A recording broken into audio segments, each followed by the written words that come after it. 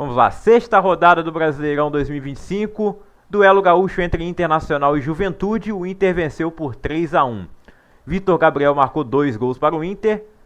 O primeiro para empatar o jogo, já que o Juventude pulou na frente do placar aos 4 minutos com gol de Emerson Batalha.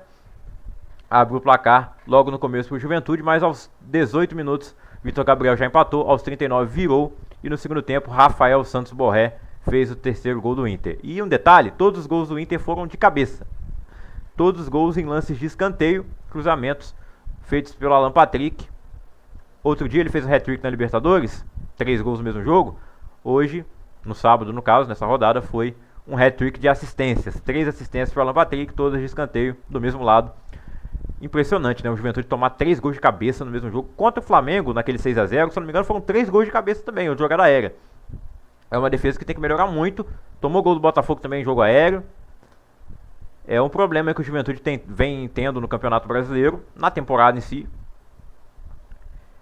Como visitante e como mandante também. Ele até venceu alguns jogos, não está zerado no campeonato, está em 13º lugar, mas ele vai lutar contra o rebaixamento e tem que ajustar essa defesa, não dá para tomar gol de cabeça todo jogo.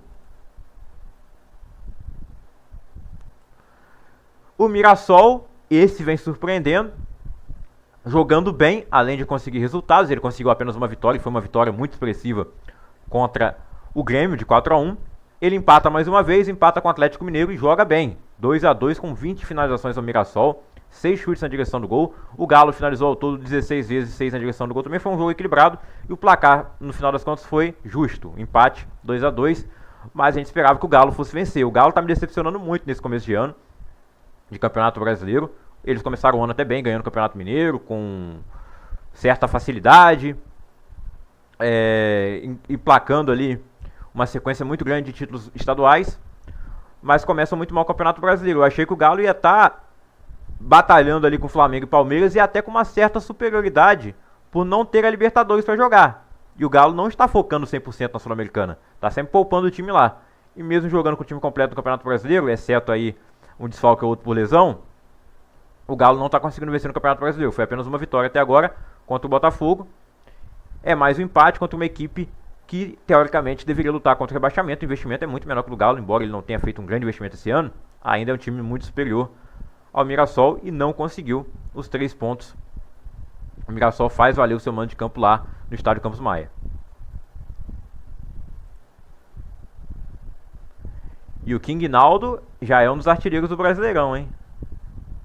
Respeita o Reinaldo e nem foi de pênalti dessa vez. Também não foi de falta, né? Contra o Grêmio ele fez um de pênalti de falta e não foi lei do ex. A não ser que seja aquele Reinaldo. Reinaldo não pode jogar... Ah não, Reinaldo Antônio dos... Confundi, né?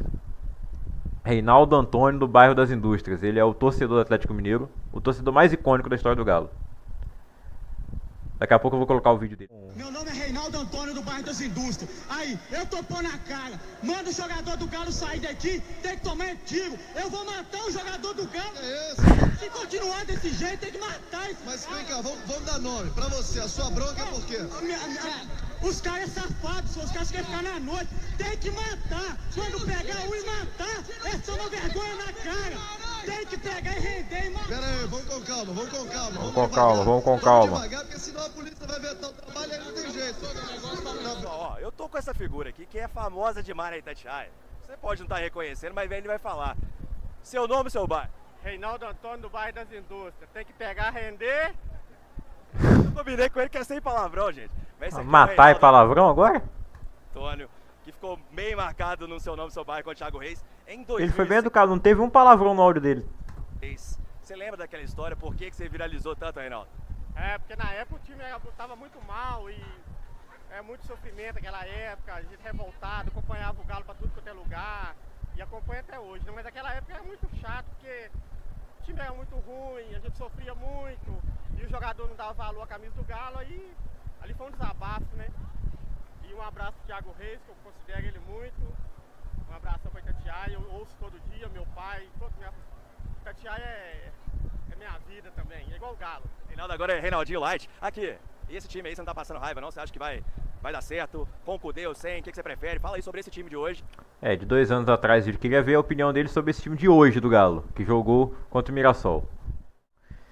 Seguindo com a rodada, o Ceará recebeu o São Paulo no Castelão. O jogo terminou empatado em 1-1. O São Paulo segue invicto no Campeonato Brasileiro, mas é o time que mais empata do que vence. Venceu o jogo na Libertadores fora de casa contra o Libertad. O Zubeldia pareceu ganhar ali uma moral a mais com a torcida. Muitos ainda querem a saída dele, mas muitos pensam: pô, se o Zubeldia sair, quem é que vai vir? Fernando Diniz vai voltar? Muitos São Paulinos não querem isso. Agora há a possibilidade do Diniz ir pro Vasco, então... Mas eu acho que o Zubeldia dificilmente vai ser demitido estando invicto. Claro que se você empatar todos os jogos do Campeonato Brasileiro vai terminar rebaixado. Mas o São Paulo tem uma vitória até aqui e empatar com o Ceará lá não é absurdo. Quando o Vasco jogar lá com o Ceará, eu já aceitava o resultado da derrota. A forma que foi deixa as coisas assim piores. E o Carille poderia ter sido demitido ali ou até antes, né? Era para ter sido demitido contra o Corinthians, foi cair só agora. Onde o Vasco jogou até melhor que o Cruzeiro. A gente já vai chegar lá. Mas nesse caso aí não vai demitir o Zubeldia por conta de um empate com o Ceará no Castelão. O Ceará não tá mal, o Ceará saiu na frente. Golaço do Pedro Henrique por sinal de cobertura. O Rian Francisco, o Zubeldia está começando a dar mais oportunidade para os jogadores à base. Deu ali pro Lucas Ferreira, tá virando praticamente titular do time aí na ausência do Lucas, Oscar. Que são coisas também que prejudicam o time de São Paulo. Não ter os seus dois principais jogadores. Perdeu também o Caleri, esse não tá fazendo tanta falta porque estava mal. E o Rian Francisco, que foi o destaque da Copinha, começa a ter mais oportunidade. O Lucas Ferreira fez o gol lá contra o Libertad. Ele que é da minha cidade, inclusive, é de Campos do Goytacazes, Lucas Ferreira. E agora o Rian Francisco faz finalmente seu primeiro gol no profissional. Vai ganhando mais minutos e ele tem talento. Vamos torcer para ele despontar. Realmente se tornar um grande jogador. Assim como o Lucas também.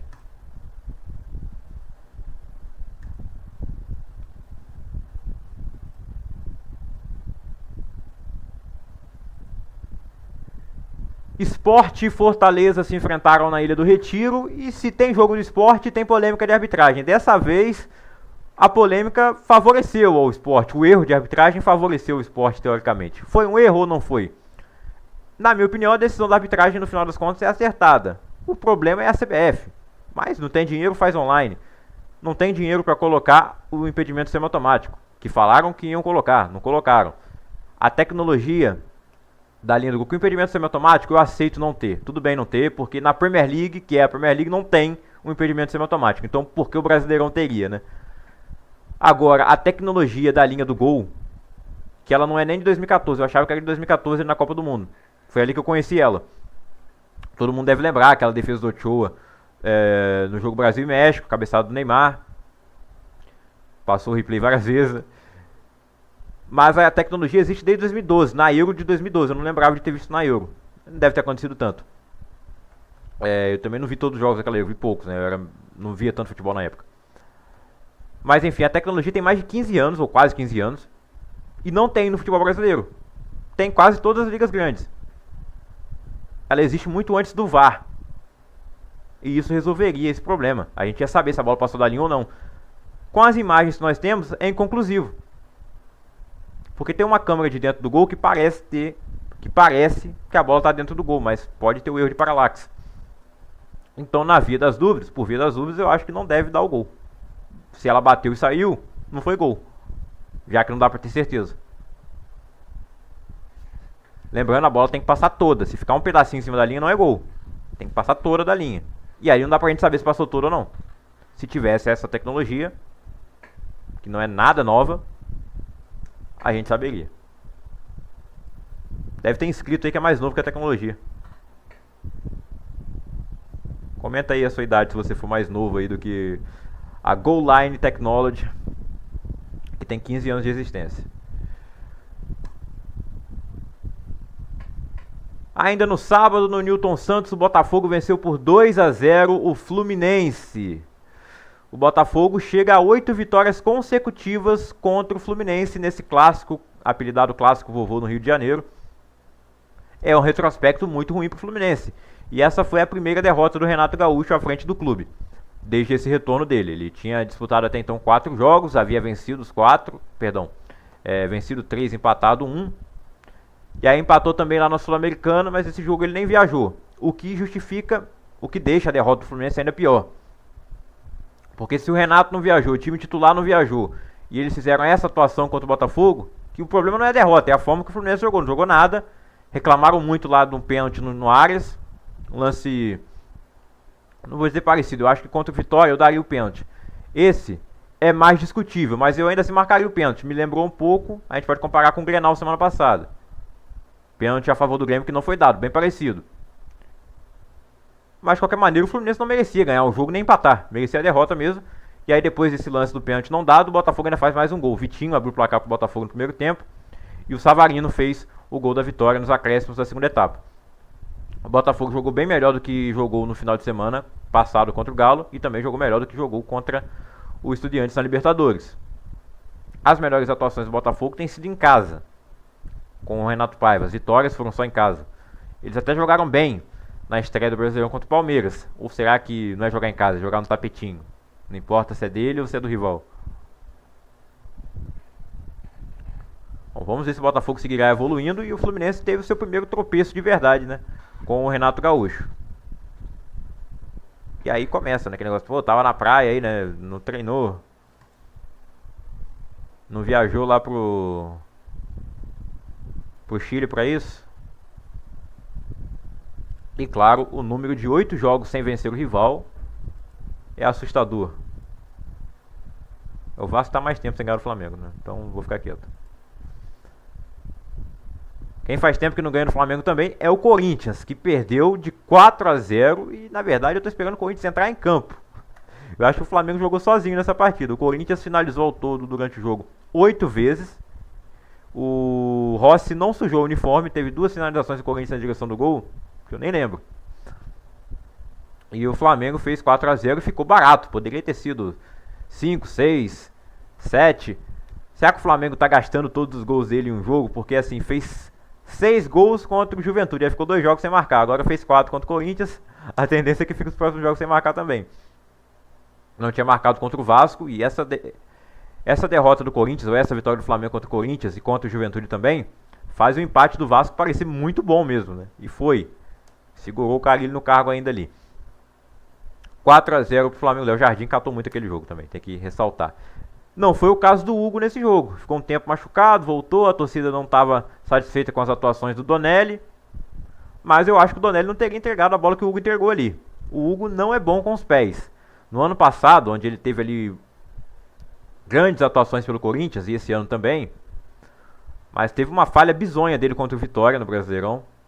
Tem as falhas da época de Flamengo que ninguém esquece, contra o São Paulo na Copa do Brasil. O Hugo com os pés é um desastre. É tipo o Verratti também, né?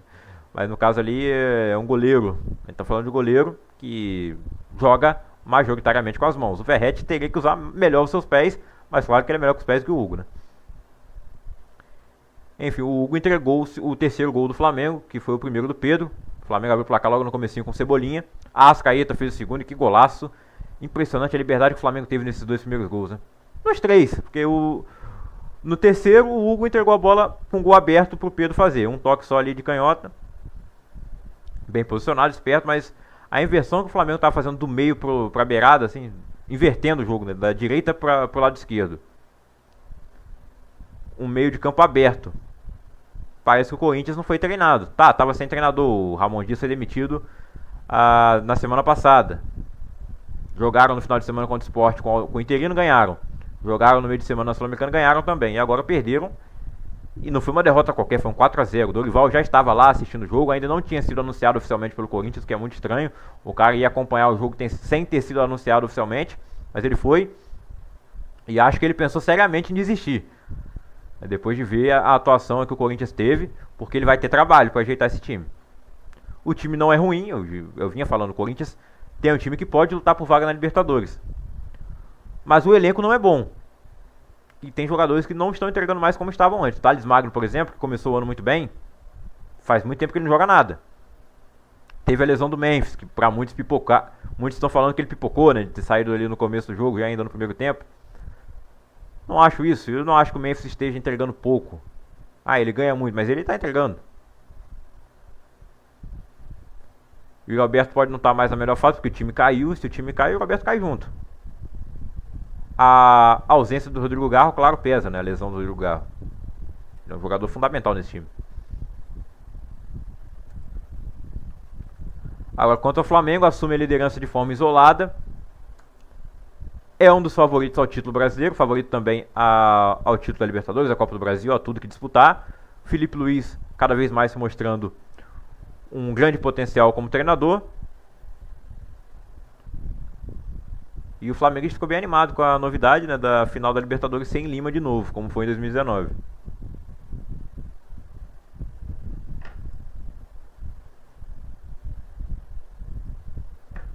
Faltou falar do lance do pênalti, né, do Coronado no Arrascaeta. Foi pênalti? Foi. Aí vi muita gente falando que, pô, o VAR nem chamou pra ver o lance do Arias no jogo do Botafogo com o Fluminense. E nesse lance o VAR chamou. Onde foi uma coisa menos clara. E realmente só não VAR pra ver, né? O toque do Coronado no Arrascaeta, ele cai depois. Depois ele sente a dor. Ele não cai na hora, né? Não um pênalti onde ele derruba o jogador do Flamengo. Vitória e Grêmio se enfrentaram no Barradão. O jogo terminou empatado. Mano Menezes comandando o Grêmio no seu segundo jogo. Mais um empate. Empatou no Sul-Americano em 2-2. Agora 1-1 com Vitória no Brasileirão. Vitória que perdeu no meio de semana em casa na Sul-Americana. E o Grêmio saiu na frente com o gol do Gemerson. Mas o Carlinhos, aquele mesmo que era do Flamengo, empatou para o Vitória. Vitória é o time que não vence. Empata ou perde. Tem uma vitória no Campeonato Brasileiro, né? Só quem não venceu ainda foi o Sport. O rival do Vitória, o Bahia, triunfou para cima do Palmeiras no Allianz Parque. Primeira vitória do Bahia contra o Palmeiras no Allianz. E o Bahia vai fazendo um grande ano até aqui. Foi campeão baiano. A Copa do Nordeste ainda não terminou. Vai terminar no meio do ano aí no Super Mundial. Junto com o Super Mundial. O Bahia lidera o grupo da morte da Libertadores. Que tem lá o Internacional, Nacional do Uruguai, Atlético Nacional. O Bahia está na liderança. Venceu os dois times estrangeiros. Venceu o Nacional na casa do Nacional. Agora vence o Palmeiras na casa do Palmeiras. É um trabalho muito bom do Rogério Ceni. Eu acho que é um time que ainda desperdiça muita chance de gol. O Bahia fez o primeiro tempo muito bom, jogando de igual para igual com o Palmeiras. No segundo tempo, o Palmeiras tomou conta do jogo. Mas um contra-ataque, já nos acréscimos, o Bahia fez o gol. Fez o que o Palmeiras não conseguiu fazer, gol. Dessa vez quem desperdiçou mais chance foi o Palmeiras. E o Vitor Roque ainda não marcou gol, o Paulinho também não. Tem menos jogos do que o Vitor Roque, apesar de ter sido anunciado antes. Flaco Lopes foi titular, dessa vez ele não conseguiu fazer gol também. E a assertividade do Palmeiras na finalização foi muito ruim nesse jogo, né? Foram apenas 2 chutes na direção do gol. A maioria foi pra fora. E o Bahia finalizou 11 vezes, sendo 5 na direção do gol. E finalmente com o Kaique no final do jogo, marcando o gol da vitória. Gol do triunfo. Triunfo gigante pro Bahia, que nesse momento é o 7º colocado do Brasileirão com 9 pontos. O Palmeiras é o vice-líder com 13. O Abel Ferreira deu uma declaração forte na coletiva pós-jogo da Libertadores, né, falando que a imprensa estava exaltando o Palmeiras porque estava numa sequência boa de vitórias, liderando o Brasileirão, melhor campanha da Libertadores, e o Palmeiras está num momento muito bom, que não foi assim no início de ano, e que quando começasse a perder, a imprensa já ia detonar de novo. Eu não acho que seja motivo para detonar o Palmeiras por conta de uma derrota para um time que está muito bem também. Você pode criticar aí, eu acho que não cabem críticas ao Abel nesse jogo. Ele está rodando o elenco e tem que rodar mesmo porque é uma temporada muito desgastante. O Palmeiras vai estar no Super Mundial. E nesse jogo você cobra os jogadores. Faltou pontaria. Não vai dizer que o goleiro do Bahia teve uma atuação inspirada, que não teve. O Palmeiras nem finalizou na direção do gol muitas vezes. Mas méritos ao Bahia pela vitória, não deméritos ao Palmeiras pela derrota, assim. Muito mérito ao Bahia pela temporada. O Cruzeiro venceu por 1-0 o Vasco. O jogo não foi no Mineirão, o jogo foi em Uberlândia, no estádio Parque do Sabiá. O gol foi marcado pelo Christian, que antes de marcar esse gol já tinha marcado um que foi anulado por impedimento. O Vasco jogou melhor, o primeiro tempo foi do Vasco, pelo menos até ali os 35 minutos. E o Cássio lembrou quem ele era. O Cássio, quando enfrenta o Vasco, ele vira o Neuer. O Cássio lembrou aquelas atuações dele de 2012. O Coutinho deu uma cabeçada assim, quase perfeita. A cabeçada foi perfeita, a defesa do Cássio foi sensacional no primeiro tempo. Aí teve outras finalizações ali que ele defendeu também, o chute do Rayão, o chute do Nuno. Foram 6 finalizações do Vasco na direção do gol. 6 defesas do Cássio, pelo menos 4 defesas ali difíceis. O Léo Jardim não trabalhou muito porque o Cruzeiro não jogou muito bem. Eu acho que o Vasco foi melhor no todo. Apesar de que no segundo tempo, depois que toma o gol, também não consegue levar tanto perigo. O Vasco sofre, né? O Cruzeiro se fecha e o Vasco não consegue fazer nada. Só tem uma jogada que é cruzar a bola na área.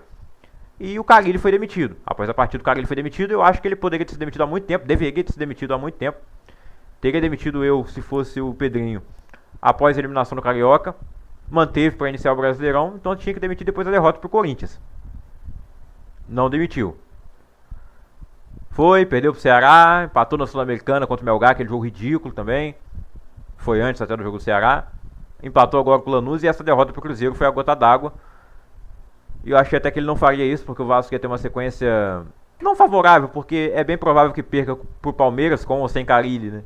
Eu acho que perderia pro Palmeiras na semana que vem, mas as coisas podem mudar, né? O Bahia ganhou do Palmeiras lá no Allianz, porque o Vasco não pode ganhar em casa, apesar de mandar o jogo no Mané Garrincha, que eu não vejo o menor sentido nisso, né? Fez tanto alarde para jogar em São Januário contra o Flamengo, no final jogou no Maracanã, e aí quando pode jogar em São Januário contra o Palmeiras, decide jogar em Brasília. Qual o sentido disso, né? Enfim, o Cruzeiro vence, Leonardo Jardim ganha uma sobrevida e parece que ele tá com a chave do vestiário nas mãos, né? Ele barrou o Gabigol tá no banco de reservas, o Dudu nem relacionado foi e vai sair do Cruzeiro. Vai sair do Cruzeiro, o ambiente não tá nada bom pra ele lá, saiu mal do Palmeiras pela porta dos fundos, brigando com a Leila, aquela história lá do VTNC, e pelo visto significava vir tumultuar no Cruzeiro, porque foi isso que ele foi fazer lá. Pra onde ele vai, não sei, espero que no início do ano, se você falasse, você gostaria dele no Vasco, agora não. Nem na ponta direita nem na esquerda. O Nuno tá bem, eu acho que o Adson pode se recuperar, e o Vasco deveria aproveitar a grana que vai abrir do Paí, que não vai ficar, né, ainda mais toda a polêmica aí extra-campo e não tá jogando nada. O Vasco tem que aproveitar essa grana e trazer outros reforços melhores, né? Pra trazer uns... E também o treinador, né? Vamos ver quem vai ser o treinador. Talvez seja o Diniz, que estava no Cruzeiro. É o nome favorito aí do Pedrinho. Gosta muito dele, é amigo dele. Então é possível que seja o Fernando Diniz, que eu acho que pior que o Carille não é. Assusta a questão dele pegar o time no meio da temporada, mas vai ter o Super Mundial. O Vasco vai ter um mês para trabalhar. O problema é como vai chegar até lá. Será que o Diniz resiste até lá? Porque a sequência não é fácil.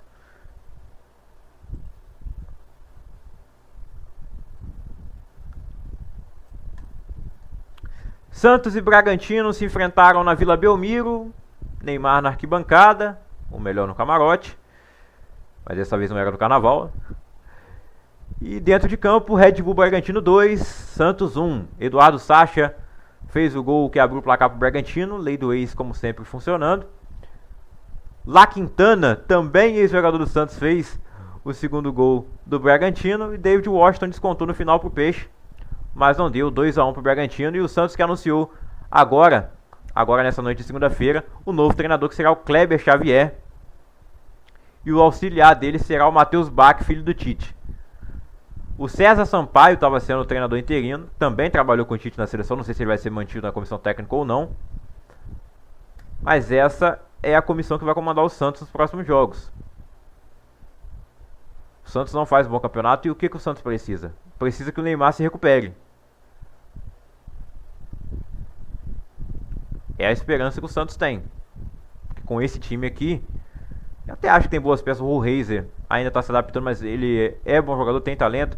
O Gabriel Veron, acho que pode jogar mais do que está jogando. Ele não foi tão bem no Cruzeiro, mas eu acho que ele pode render no Santos, sim. O Guilherme, esse sim caiu demais de rendimento. Talvez seja aquele negócio, ele é um jogador de Série B, um jogador de campeonato estadual, não um jogador de Série A. Não pode ser titular, pode compor elenco, mas esperar que o Guilherme vai fazer o que ele fez ano passado ou o que ele fez no Paulistão, não vai fazer. E claro, o Santos tem que melhorar a defesa, né? O Gabriel Brazão é um ótimo goleiro, o João Paulo, que é o reserva, também é ótimo. Mas as laterais do Santos e a zaga...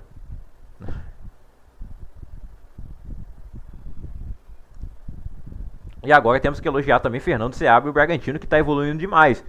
Eu disse no início do Campeonato Brasileiro que achava que o Bragantino ia sofrer muito esse ano, que provavelmente até seria rebaixado. Eu coloquei como um rebaixado esse ano. Não fez grandes contratações, que não é de costume fazer. São sempre apostas, né, para tentar vender depois. E o campeonato estadual foi muito ruim, o final de ano passado muito ruim, mas esse início de ano é muito bom. O Bragantino está entre os 4 primeiros colocados do campeonato. É o terceiro colocado nesse momento, com a mesma pontuação do Palmeiras, 1 ponto atrás do Flamengo. O Bragantino jogando melhor jogo após jogo e conseguindo resultados melhores jogo após jogo também. E no momento só disputa Brasileirão, Copa do Brasil. Não tem Sul-Americana esse ano para inflar o calendário dele.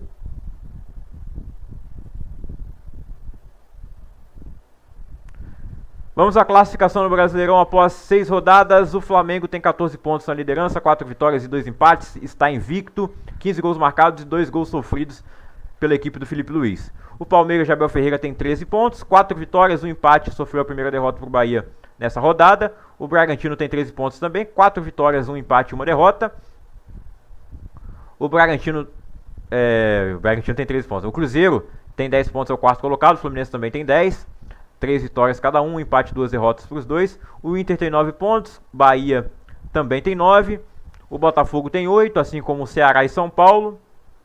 O São Paulo que, assim como o Flamengo, está invicto, são os únicos invictos no campeonato.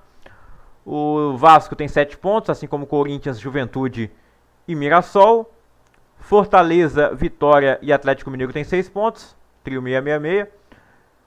E lá embaixo estão Grêmio com 5 pontos, Santos com 4 e o Sport com apenas 2, a única equipe que não venceu ainda nesse Campeonato Brasileiro.